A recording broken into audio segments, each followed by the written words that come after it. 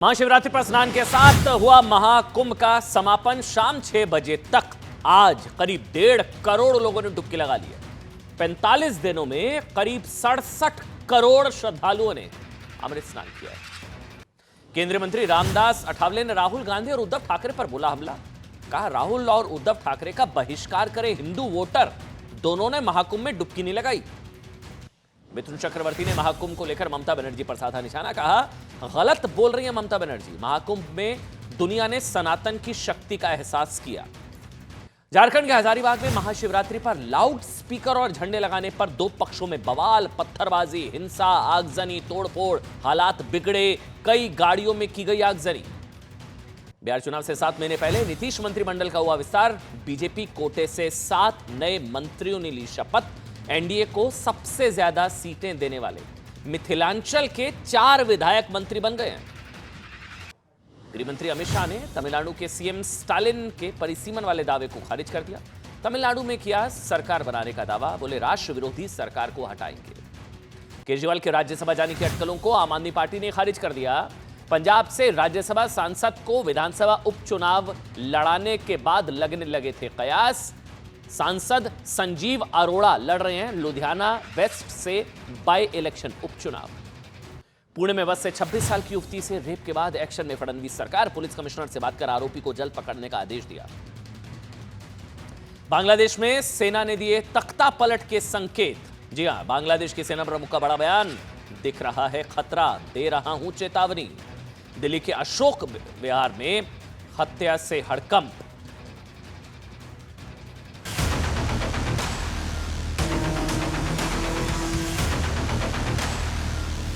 महाकुंभ में जिसने जो तलाशा उसको वह मिला। गिद्धों को केवल घास मिली, सूअरों को गंदगी मिली।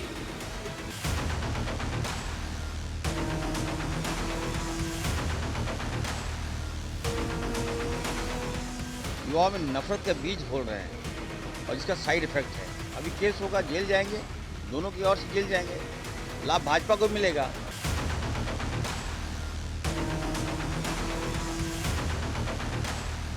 ममता बनर्जी ने पन लिया है कि वो बंगाल को इस्लामिक खलीफेट करके छोड़ेंगे। শুনুন, আমি বলেছিলাম এই সরকারটা মুসলিম লীগ 2 সরকার।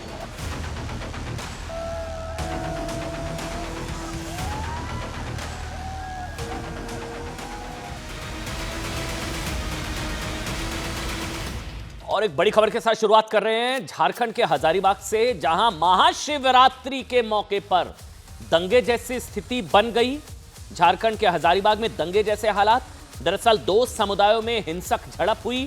कई गाड़ियां जो है वो फूंक दी गई। हिंसा, ये देखिए आप तस्वीरें, जबरदस्त वहां पर टकराव हुआ है। ये देखिए आप, कई गाड़ियों को, ये देखिए कई गाड़ियों को वहां पर जला दिया गया। हिंसा हुई है, आगजनी हुई है, तोड़फोड़ हुई है। महाशिवरात्रि के मौके पर गाड़ियों को फूंक दिया गया, पत्थरबाजी हुई है, दुकानों में आग लगा दी गई। महाशिवरात्रि पर दरअसल 2 समुदायों में यह हिंसक टकराव महाशिवरात्रि का पर्व मनाने को लेकर हुआ, जो जानकारी है। जगह जगह पत्थरबाजी, ये देखिए कितने पत्थर वहां पर बिखरे हुए। आरोप है कि हिंसा महाशिवरात्रि की पताका और लाउड स्पीकर लगाने के विवाद से शुरू हुआ।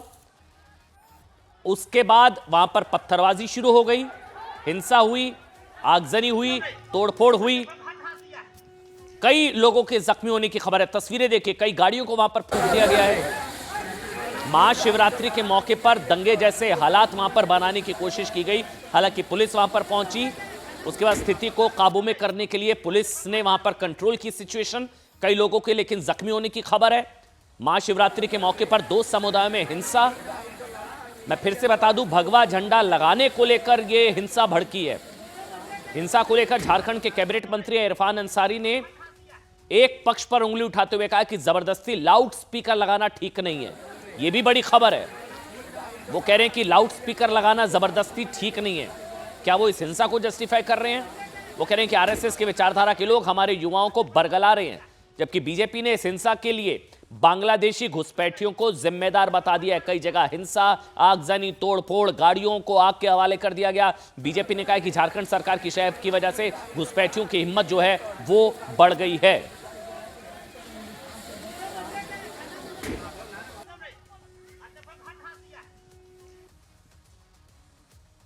और अब बात महाकुंभ की, जाकी रही भावना जैसी।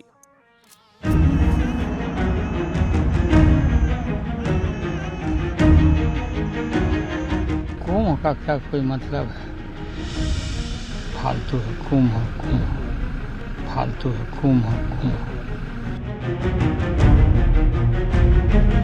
মহাকুম্ভ আমি নাইবা বললাম, ওটা এখন মৃত্যু কুম্ভ হয়ে গেছে। মহাকুম্ভ আমি নাইবা বললাম, ওটা এখন মৃত্যু কুম্ভ হয়ে গেছে। महाकुंभ में जिसने जो तलाशा उसको वह मिला। गिद्धों को केवल घास मिली, सूअरों को गंदगी मिली।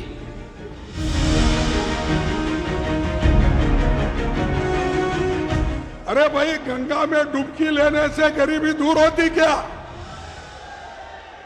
आपको खाना मिलता पेट को, लोग जाकर हजारों रुपए खर्च करके कंपटीशन पे डुबकियां मार रहे हैं। जो ममता बनर्जी जी ने कहा वो ठीक कहा है कि लोगों की जान गई है, और जान इतनी गई है कि सरकार नहीं बता पा रही है। जी हाँ, महाकुंभ हिट 2027 में बेनिफिट पूरी दुनिया में 21वीं सदी का सबसे भव्य, दिव्य, अलौकिक आयोजन, सनातन परंपरा का सबसे बड़ा महामेला और भारतीय संस्कृति के सबसे बड़ा पावर हाउस महाकुंभ का आज महाशिवरात्रि के पावन अवसर पर महासमापन हो रहा है। सबसे पहले आप सभी को महाशिवरात्रि की बहुत बहुत शुभकामनाएं, बधाई, हर हर महादेव। देखिए, ठीक 45 दिन तक चले इस महाकुंभ को दुनिया इसकी दिव्यता, भव्यता और 67 करोड़ श्रद्धालुओं की वजह से याद रखेगी, जो महाकुंभ के खिलाफ हर दुष्प्रचार को संगम में डुबोते चले गए। आस्था का सैलाब सनातन विरोधी हर एजेंडे को अपने साथ बहा कर ले गया। लेकिन सवाल यह है कि देश के 100 करोड़ सनातनी और महाकुंभ में अमृत स्नान करने वाले 67 करोड़ श्रद्धालु क्या उन आपत्तिजनक टिप्पणियों को याद रखेंगे जो महाकुंभ को टारगेट करके की गई थी? ये 66 करोड़ सनातनी महाकुंभ पर किसके साथ खड़े होंगे? 66 करोड़ किस ओर? महाकुंभ हिट 2027 में क्या योगी को बेनिफिट? उनके साथ जो महाकुंभ को सनातन एकता का भव्य आयोजन मनाते हैं, उनके साथ खड़े होंगे ये 67 करोड़? देखिए, एक चीज समझिए, हमें ना ये कहने में कुछ संकोच नहीं है कि 45 दिन तक हर दिन बहुत ही प्लान्ड, रणनीतिक और स्क्रिप्टेड तरीके से महाकुंभ को टारगेट किया गया, दुष्प्रचार फैलाया गया, कोई कहने में संकोच नहीं। कभी महाकुंभ को फालतू का बताया गया, फालतू का महाकुंभ लालू, तो किसी ने मृत्यु कुंभ कहा, ममता, किसी ने कहा वहां ना आकर मरना है क्या, समाजवादी पार्टी के नेताओं ने, किसी ने कहा कि डुबकी से किसी का पेट भरता है क्या, मल्लिकार्जुन खड़गे। एक कंपटीशन था, ये तुष्टीकरण की रेस, कौन बड़ा एंटी सनातन फेस, ये रेस चल रही थी शायद। महाकुंभ की शुरुआत में कहा गया कि वहां तो ट्रेनें खाली जा रही हैं। जब एक ही दिन में करोड़ों लोग स्नान करने लगे तो कहा गया इतने लोग कहां से आ गए, क्यों बुला लिए, यह आंकड़ा फर्जी है, आंकड़ों को फर्जी बता दिया गया। महाकुंभ पर सवाल उठाए गए। कभी 144 साल बाद होने वाली इस परंपरा पर ही प्रश्न चिन्ह लगाने की कोशिश की गई कि 144 ये सब झूठ है। साम दाम दंड भेद, किसी भी तरह से लोगों को डराने, बरगलाने, दुष्प्रचार करने, महाकुंभ को फ्लॉप साबित करने की कोशिश की गई कि लोग जाएंगे ही नहीं। लेकिन कहते हैं ना, आस्था का सैलाब सारे दुष्प्रचार को अपने साथ बहा ले गया। दुख इस चीज का है कि एक दुखद भगदड़ में भी मौका तलाश कर कुछ विघ्न संतोषी लोगों ने, शब्दों को ध्यान से सुनिएगा, दुख इस चीज का है कि दुखद भगदड़ में भी मौका तलाश कर कुछ विघ्न संतोषी लोगों ने पूरे पर्व को ही निशाने पर ले लिया। भगदड़ की आड़ में फेक न्यूज फैलाई गई कि ट्रक भरकर मोबाइल मिले, किसी ने कहा कि गंगा लाशें में बहा दी गई जया बच्चन। कुल मिलाकर हिंदू एकता के सबसे बड़े महाकुंभ, जहां जाति की सभी दीवारों को गिराकर 67 करोड़, ये बहुत बड़ा नंबर है, 67 करोड़ डुबकी, किस किस की सांस अटकी, हिंदू पहुंचे। उनकी डुबकी ने कई लोगों की सांसों को अटका दिया, जो टुकड़े टुकड़े वाली पॉलिटिक्स किए जाने के लिए जाने जाते हैं। लेकिन साहब, मैं फिर से कह रहा हूं, कोई हिचकिचाहट नहीं है। आस्था जीती, दुष्प्रचार हारा और आधे हिंदुस्तान की आस्था की डुबकी ने कई लोगों की सांसें अटका दी हैं।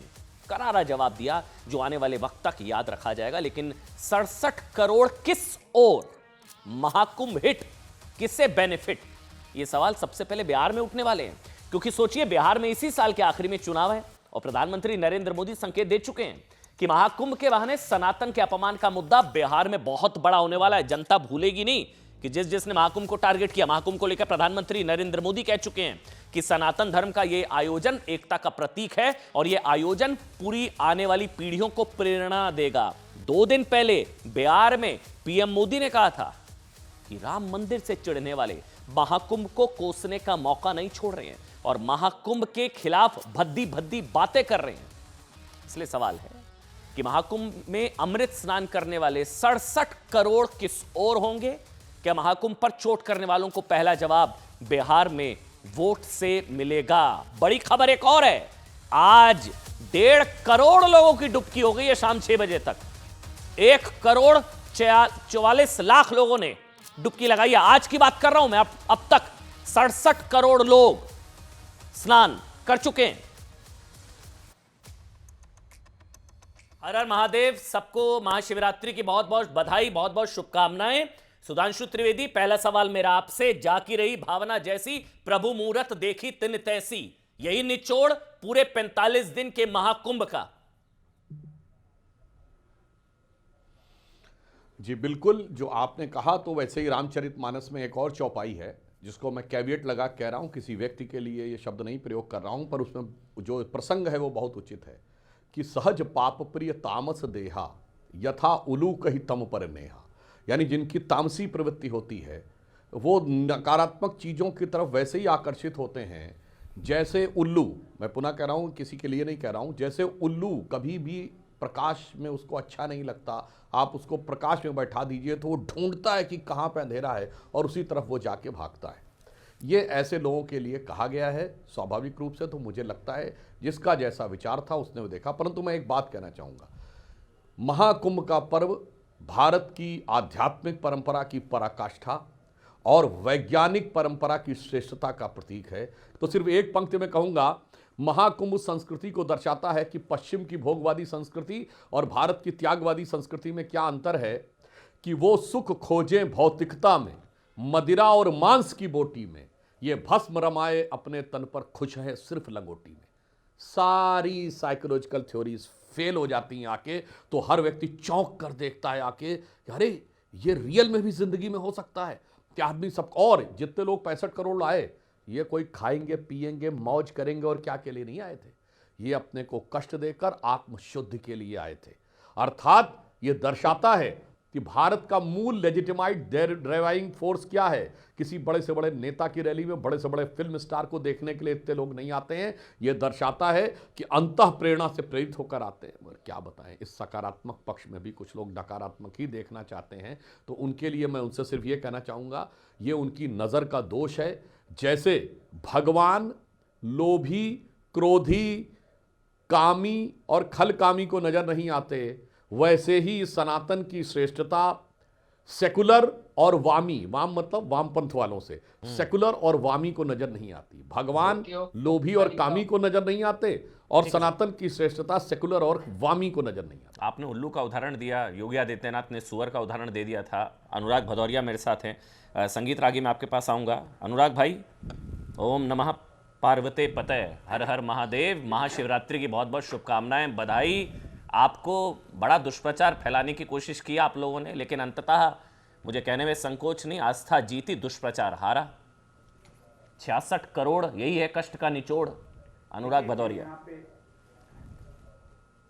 देखिए मैं यहाँ पे ना सुअर की बात करूँगा ना उल्लू की बात करूँगा, क्योंकि हम सनातनी लोग हैं और हमें ये पता है कि भाषा की मर्यादा क्या होती है। और सनातन हमेशा हमें सत्य और प्रेम की भाषा सिखाता है, नफरत की नहीं। मैं तो बस इतना ही कहूँगा, प्रयागराज का त्रिवेणी संगम, सुधांशु जी, प्रयागराज का त्रिवेणी संगम, जहाँ नदियाँ गाती हैं प्रेम का राग, आध्यात्मिकता की बहें पवित्र लहरें, यहाँ महाकुंभ मेला है शांति का भाग। प्रयागराज में कुंभ मेला फिर आया 2013 के बाद, 2013 में आया था, फिर आ गया, उसके पहले भी आया। लेकिन हम आपको इतना ही कहेंगे, हर हर महादेव। मुझे बिल्कुल कष्ट है, बहुत कष्ट है। आपने सारी बातें गिनाई, लेकिन आपने संजय निषाद के बारे में नहीं बताया, जो इनके मंत्री हैं, जो कह रहे थे 30 लोगों की मौतों को छोटी मोटी घटना बता रहे थे। हमारे सनातनी थे ना, वो हिंदू थे ना, छोटी मोटी घटना है क्या 30 लोगों की मौत हो जाना? परिवार में एक हिंदू या सनातनी की मौत होती है या हिंदुस्तानी की मौत होती है, पूरा परिवार बर्बाद हो जाता है। यहाँ 30 लोगों की मौतें हुई हैं, लेकिन उसमें कुछ आपने बोला ही नहीं। आपने जितना मांझी पे नहीं बोला, वो मंत्री है, वो कह रहे थे जब 18 लोगों की मौतें होगी ट्रेन के वहां पे भगदड़ में स्टेशन पे, तो कह रहे थे क्यों गए थे, किस लिए गए थे? उस सनातनी को कह रहे क्यों गए थे, किस लिए गए थे, माने इसका मतलब क्यों जा रहे हो, यही तो कहने का मतलब हुआ ना। और एक तो ऐसे थे जो कह रहे थे उनकी जिनकी 30 लोगों की मौत हुई वो मोक्ष को प्राप्त कर गए। कैसी कैसी बातें कर रहे थे ये लोग। और हमने जब सवाल उठाया व्यवस्था पे, जब इनकी व्यवस्था पे सवाल उठाया, और लगातार हम ये ट्रेन की व्यवस्था पे एक आपने नहीं जाना चाहता। 2013 में भी दुखद मौतें हुई थी। मेरी बात पूरी, मैं इसलिए कह रहा हूं उधर मत जाइए, वो दुखद भगदड़ थी। टोकना बेशक सवाल पूछना, नहीं मैं इधर उधर नहीं, मैं कुंभ पे ही हूं, मैं इधर उधर बिल्कुल नहीं भागूंगा। इसलिए प्रभु आप मुझे बोलने दीजिए।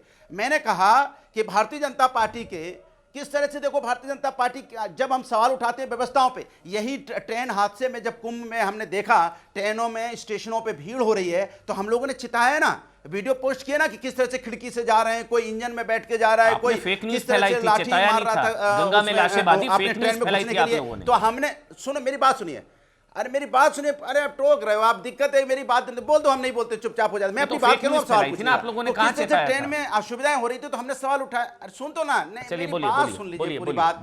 मेरी फेक न्यूज थी और उसके बाद ट्रेन भगदड़ हो गया, 18 लोगों की मौतें होगी, फेक न्यूज थी क्या? नहीं, गंगा में लाशें बांधी फेक न्यूज थी, मोबाइल भरकर ट्रक मिला वो फेक न्यूज थी, ये सारी फेक न्यूज थी ना। तो आप लोगों ने दुष्प्रचार तो फैलाया। जाने लग गए। मैं आपसे भारतीय जनता पार्टी, मैं फिर कह रहा हूं, 18 लोगों की भगदड़ में मौत हुई है, कौन जिम्मेदार, जरा बताइए। 30 लोगों की मौत हुई है, कौन जिम्मेदार है? ये लोग वो लोग हैं जो मौत पे भी, अब क्योंकि आप जिंदा आदमी अगर लाश में बदल जाए तो गिद्ध कौन हुआ? लेकिन मैं इस सब शब्दों का इस्तेमाल नहीं करता हूं, सुअर, उल्लू, गिद्ध, क्योंकि सनातनी भाषा नहीं है। सनातनी भाषा नहीं है, क्योंकि प्रेम की भाषा नहीं है। हमारे सुधांशु जी से वैचारिक अफसोस नहीं है ना आपको? 2 सेकंड, सुधांशु नहीं, 2 सेकंड, सुधांशु जी से मेरे वैचारिक मतभेद हो सकते, नहीं 1 सेकंड, सुधांशु जी से मेरे वैचारिक मतभेद हो सकते हैं। हम इनके विकास के नाम पे राजनीति करेंगे, महंगाई बेरोजगारी पे राजनीति करेंगे, लेकिन धर्म के नाम पे नहीं करेंगे। इसलिए प्रभु राम ने हमें अयोध्या में आशीर्वाद दिया। प्रभु राम ने क्यों आशीर्वाद दिया? क्योंकि जानते हैं कि समाजवादी लोग विकास की बात करेंगे, मानवता की बात करेंगे, मानव धर्म की बात करेंगे, और धर्म की बात मेरे आस्था का विषय है, राजनीतिक विषय नहीं है। कुंदरकी में किसे आशीर्वाद मिला? राजनीति करते हैं, ये देश के लिए चिंता की बात है, सनातन के लिए चिंता की बात है। सुधांशु त्रिवेदी जवाब दे दीजिए। हाँ प्लीज सुधांशु त्रिवेदी, एक एक करके प्लीज। मैं और संगीत रागी जी आ रहा हूं, बादल देवनाथ जी आपके पास आ रहा हूं। सुधांशु त्रिवेदी जी आप बोलना चाह रहे हैं जी? बिल्कुल, इन्होंने कहा किसी की मृत्यु की बात नहीं करेंगे, तो मैं याद दिलाना चाहता हूं, जिन लोगों ने ये बयान नहीं दिया, बाकायदा एक कॉन्फ्रेंस की, इरेडिकेशन ऑफ सनातन धर्म, हिंदू धर्म का समूल नाश, यानी सनातन धर्म की मृत्यु के लिए विचार गोष्ठी जिन्होंने की, और फिर क्या कहा, किसी ने कहा कि ये तो डेंगू है, मलेरिया है, वायरस है, तो किसी ने कहा कोरोना है, तो फिर कहा गया नहीं नहीं, इसके साथ तो कुछ स्टिग्मा भी जुड़ा होना चाहिए, HIV। और जब सत्ता में थे तो हिंदू आतंकवादी है, जब सत्ता के बाहर हो गए तो हिंदू कोरोना है, वायरस है, डेंगू है, मलेरिया है, HIV है। पूरे पूरे समाज के लिए ऐसी भाषा का प्रयोग करने वाले लोग जब आकर यह ओढ़ कर दिखाने का प्रयास करते हैं कि वास्तविकता में सनातनी हैं या हिंदू धर्म के प्रति दिखावे की आस्था करते हैं, तो मुझे लगता है जनता के सामने वह पूरी तरीके से दिख जाता है। पंचतंत्र की कथाओं में इस देश की जनता ने पढ़ा है कि भगत कौन है और बगुला भगत कौन है। तो भगत और बगुला भगत का अंतर सबको पता है। और जिन्होंने स्नान किया, जो योगी जी ने कहा, तो मैं उनके लिए भी कह देना चाहता हूं, इन सारे लोगों के लिए, कि जो बड़ा फेमस कबीर का दोहा है ना, जिन खोजा तिन पाइयां गहरे पानी पैठ। आपने वहां पर पानी में क्या खोजना चाहा वो आपको मिला, जिसने जो खोजना चाहा उसे वही मिला। जैसे जिसकी आंख पे जो चश्मा होता है उसे वही दिखता है, जैसे बहुत से ऐसे जीव जंतु होते हैं जिन्हें कलर नहीं दिखता, ब्लैक एंड वाइट दिखता है, तो हमें अगर वो दिख रहा होगा ग्रीन तो उन्हें वो ग्रे दिख रहा होगा। तो मुझे लगता है ये उनकी दृष्टि का फेर है, हमें उसको अन्यथा नहीं लेना चाहिए। परंतु वास्तविकता ये है कि देश की जनता ने जिस प्रकार से, राजनीतिक ढंग से कह दूं तो, जाति, पंथ, भाषा, वर्ग का भेद को मिटाकर जिस ढंग से सामाजिक समरसता दिखी, जो योगी जी ने कहा ना, जिनको सामाजिक दृष्टि से देखना तो उन्हें समरसता दिखी, वो छटपटाहट इनके अंदर दिख रही है। कि जो हिंदू समाज को टुकड़ों टुकड़ों में बांटकर एक कट्टरपंथी टुकड़े के साथ उसको जोड़कर सत्ता के एक टुकड़े पर कब्जा करने का ख्वाब देख रहे थे, वो संगम में बहता हुआ नजर आया है। इस कारण से यह बौखला। इनकी ताकत शायद संभवतः ये होती है, किसी की भी, इनकी नहीं, कि हिंदू धर्म बहुत ही उदार और सहिष्णु माना जाता है, बहुत जल्दी भूल जाता है, याददाश्त बहुत कमजोर होती है। अभी इन 45 दिनों में अगर एक एक करके निकाला जाए फालतू का, बेकार का, बकवास, मरना है क्या वहां जाकर, ये हिंदू भूल जाएगा ना ये सारी चीजें बहुत आसानी से।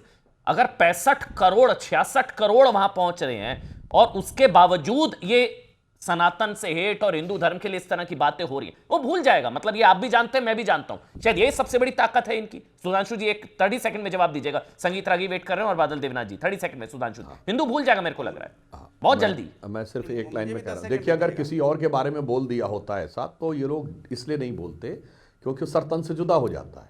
अब यहीं पर मैं कहना चाहूंगा, ये हमारी उदारता भी है, परंतु वीर सावरकर ने एक शब्द प्रयोग किया है, संगीत रागी जी को निश्चित रूप से पता होगा, कि सद्गुण भी कहीं कहीं पर सद्गुण विकृति होता है।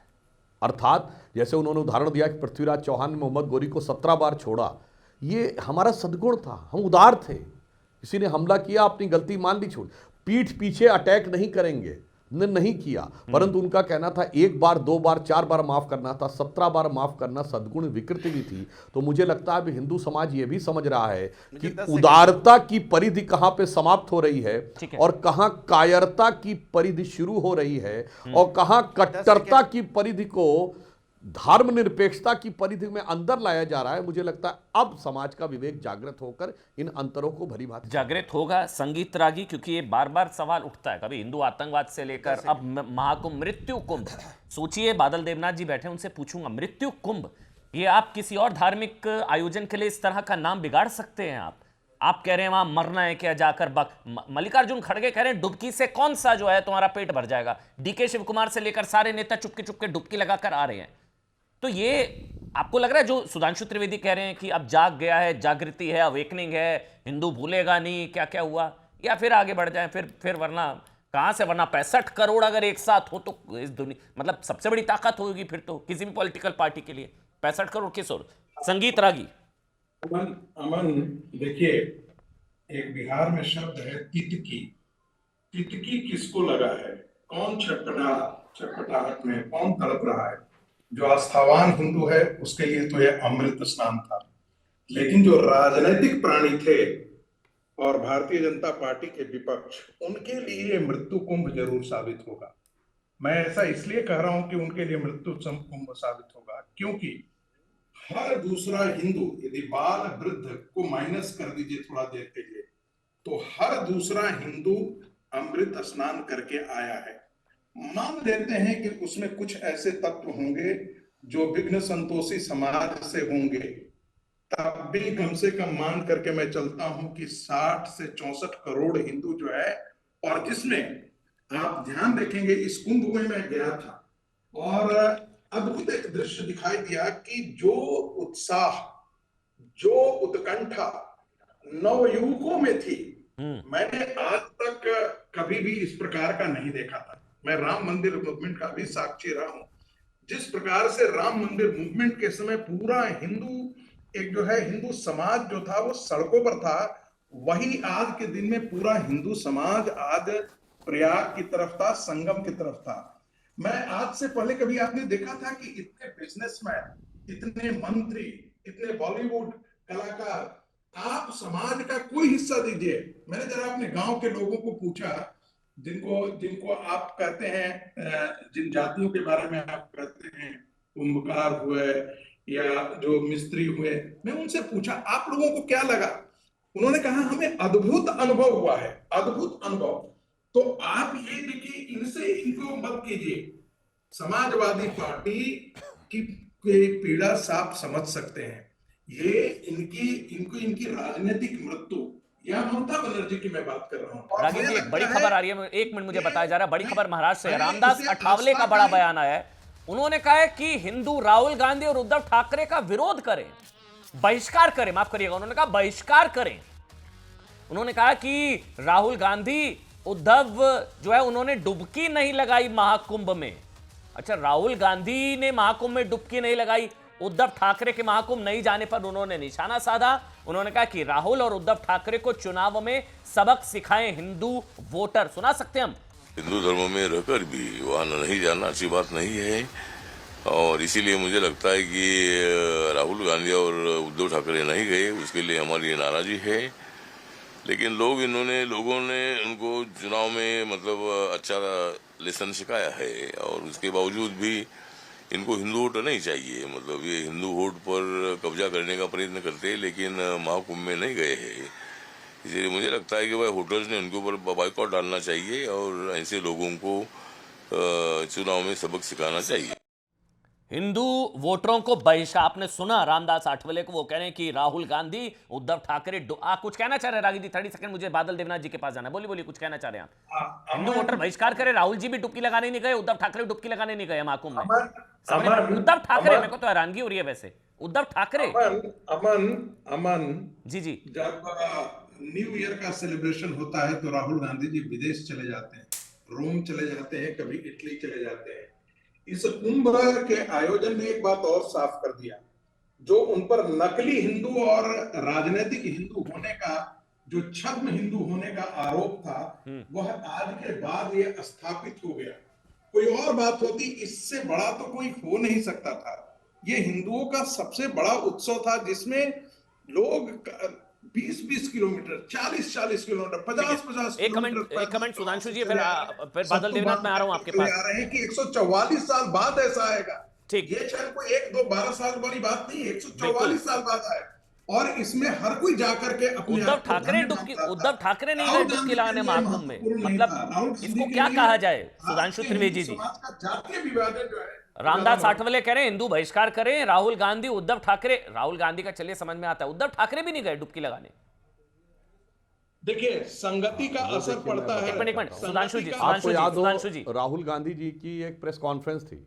हाँ बोलिए। राहुल गांधी जी की एक प्रेस कॉन्फ्रेंस में राहुल गांधी जी ने एक वाक्य बोला था, और बड़े वैसे तेवर में, जिसको तुम देख रहे हो ना, ये राहुल गांधी वो है ही नहीं, वो तो खत्म हो गया, ये तुम्हारा भ्रम है। बिल्कुल सही बात है। 2019 के लोकसभा चुनाव से पहले जो अपनी जाति नहीं गोत्र भी बता रहे थे, जो कुर्ते के ऊपर जनेऊ वाली फोटो दिखा रहे थे, अब वो इसलिए नहीं गए क्योंकि 2024 के चुनाव में वो कुर्ता और जनेऊ सब छोड़ के कार्ल मार्क्स की टाइप की दाढ़ी बढ़ाकर टी शर्ट पहन के इस बार ईश्वर के नाम की शपथ ही नहीं ली है। राहुल गांधी ने इस बार सॉलेमनली अफर्म किया है। 2014 में ईश्वर के नाम की शपथ नहीं थी। अब जब ईश्वर में आस्था ही नहीं है तो कुंभ में डुबकी लगाने के लिए क्या जाएंगे?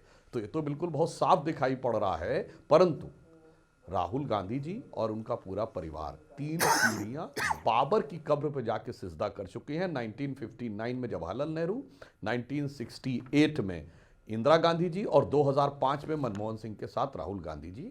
वहां जाने का वक्त है, मगर कुंभ में आने का वक्त नहीं। मुझे लगता है ये अंतर देश की जनता भली भांति समझती है। अनुराग भदौरिया, उससे पहले एक बार बादल जी का कमेंट ले लेता हूं। बादल जी, पहले तो आप बता दीजिए, बादल जी आपको लग रहा है कि महाकुंभ को कोसने वालों को याद रखा जाएगा और रिवर्स पोलराइजेशन भी होता है? साहब, आज ही जो है ईद की छुट्टी बढ़ा दी गई, वो सारी चीज, विश्वकर्मा दिवस की जो छुट्टी होती थी उसकी जगह वो कैंसिल करके ईद में 2 दिन छुट्टी जो है वो कर दी गई, और बाकायदा रीजनिंग दी गई है कि ईद के दिन की छुट्टी बढ़ाई जा रही है, जो पूजा जो दिवस होता है विश्वकर्मा, वो कैंसिल करके उसकी छुट्टी। तो खैर, आपको लग रहा है याद रखा जाएगा और इससे आप लोगों का पोलराइज और हो जाएगा शायद ममता बनर्जी का? बताइए बादल देवनाथ जी, ये तो आज की खबर है, ईद की छुट्टी बढ़ा दी। अमन जी, बहुत दिन के बाद आपने बुलाया। जी, और हर हर महादेव। आज शीत चतुर्दशी है, और आपको और सारे पैनलिस्ट को और आपके चैनल के माध्यम से पूरे देशवासी को शुभकामनाएं।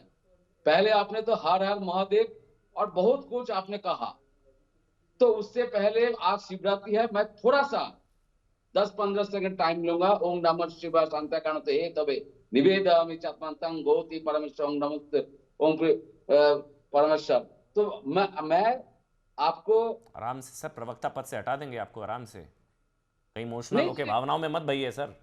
डिबेट में आना है आपको हटा दिया जाएगा प्रवक्ता पद से। अभी देखिए विश्वकर्मा पूजन जो दिवस होता है उसकी छुट्टी हटा के ईद की छुट्टी बढ़ा दी अभी। आपको लग रहा है आप जो है ममता बनर्जी खुश होंगी आपके इस कथन से? उससे पहले फिर एक बार सुन ले, ममता दीदी ने, आपने बार बार मृत्यु को कर रहे, ममता दीदी ने एक बार ये नहीं कहा। ममता दीदी ने कहा विधानसभा में जो भाषण दिया था, बोले महाकुंभ को मैं सम्मान करता हूं और महाकुंभ में व्यवस्था के बाद जो परिस्थिति हुआ उससे लेके बोला महाकुंभ अभी मृत्यु कुंभ में बदल गया। मतलब ये नहीं, ममता दीदी एक बार नहीं कहा महाकुंभ मृत्यु कुंभ है, ये नहीं कहा, लेकिन जो सुधांशु जी, जो तामसी, कुल्लू, बहुत सारे बातें। बादल जी मुझे उस तरफ जाना नहीं चाहिए। अभी पिछले साल हज यात्रा के दौरान मक्का में भीषण गर्मी की वजह से 1300 से ज्यादा हज यात्रियों की दुखद मौत हुई थी। हज का नाम बिगाड़ा था क्या?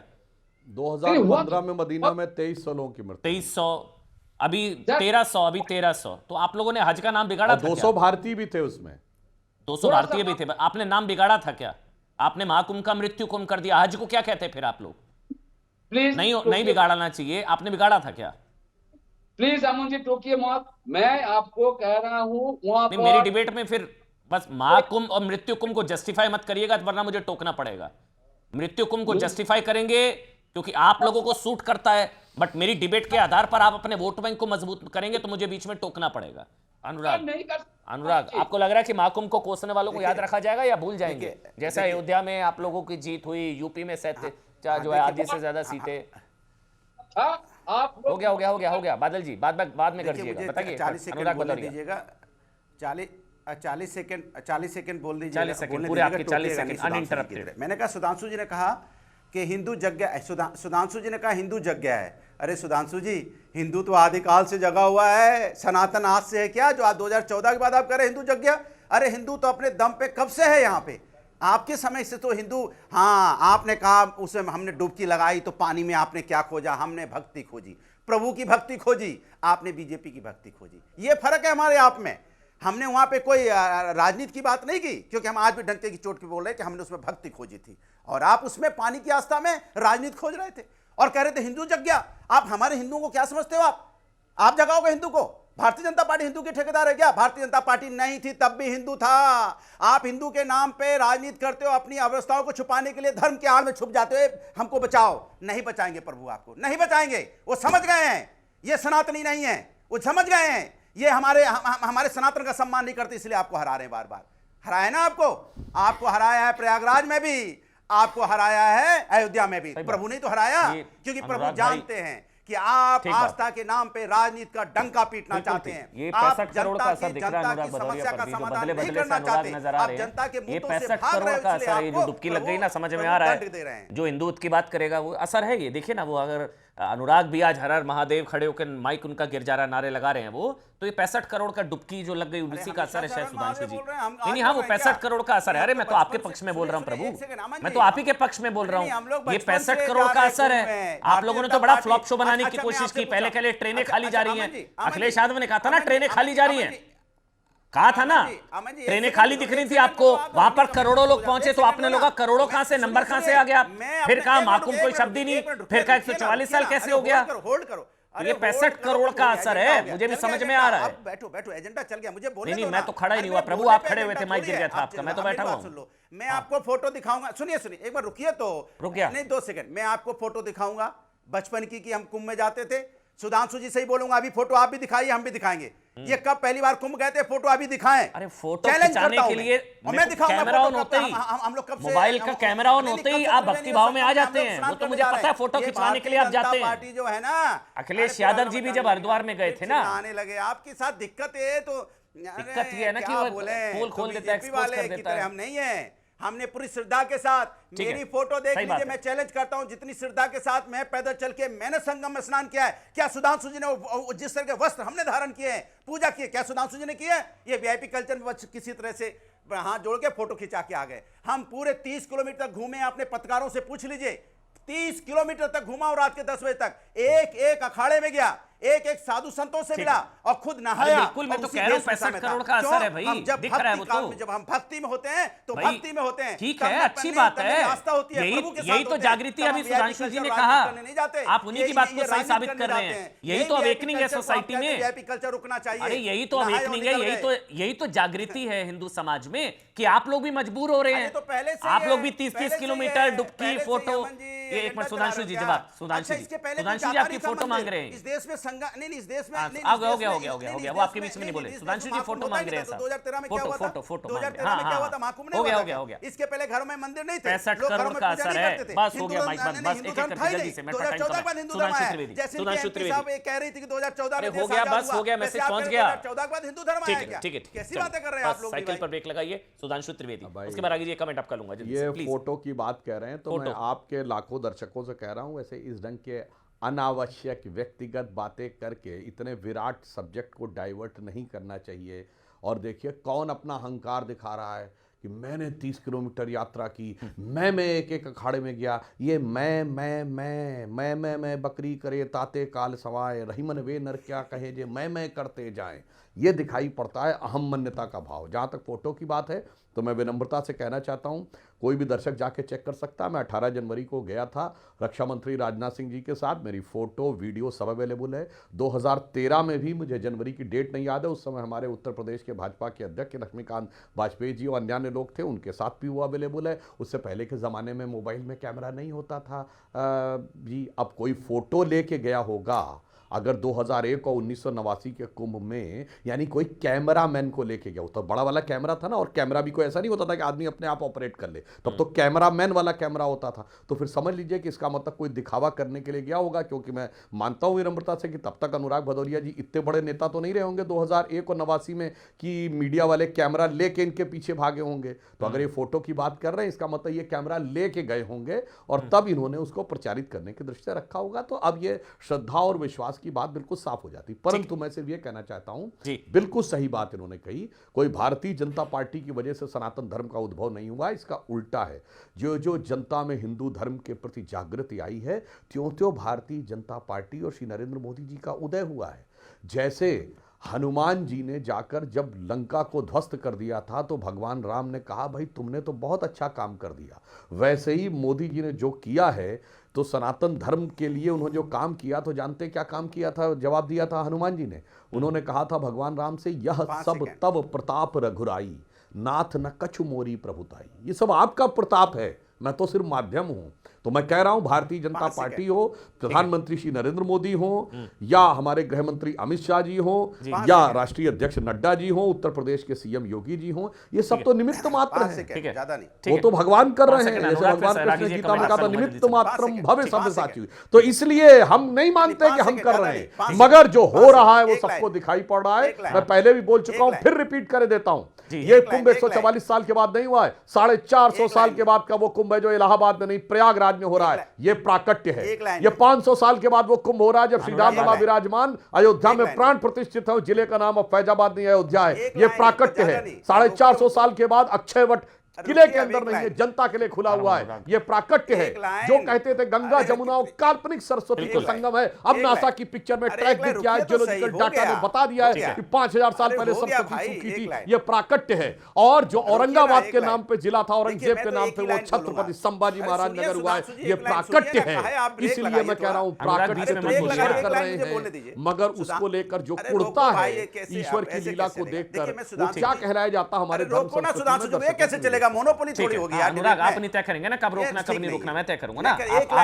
आपको 4 बार बोलने का मौका दिया है, 4 बार बोले आप। बोलिए 5 सेकंड बोलिए, फिर आगे कमेंट आपका। बोलिए अरे एक लाइन दे दो ना, एक लाइन ज्यादा नहीं, एक लाइन बोलिए। मेरा सिर्फ एक लाइन इतना है सुधांशु जी, क्योंकि आप अभी सामने बैठे हैं तो हम प्रवक्ता सुधांशु जी को कह रहे हैं। मेरा कहने का मतलब पूरी भारतीय जनता पार्टी में प्रवक्ता जितने श्रद्धा से स्नान करता हूं मैं, कुंभ में हो चाहे भक्ति में कहीं में जाता करना पड़ा है, मेरे को भी पता है। 65 करोड़ की ताकत है ये, बहुत है तो आप एक मिनट आगे कमेंट आपका जल्दी से।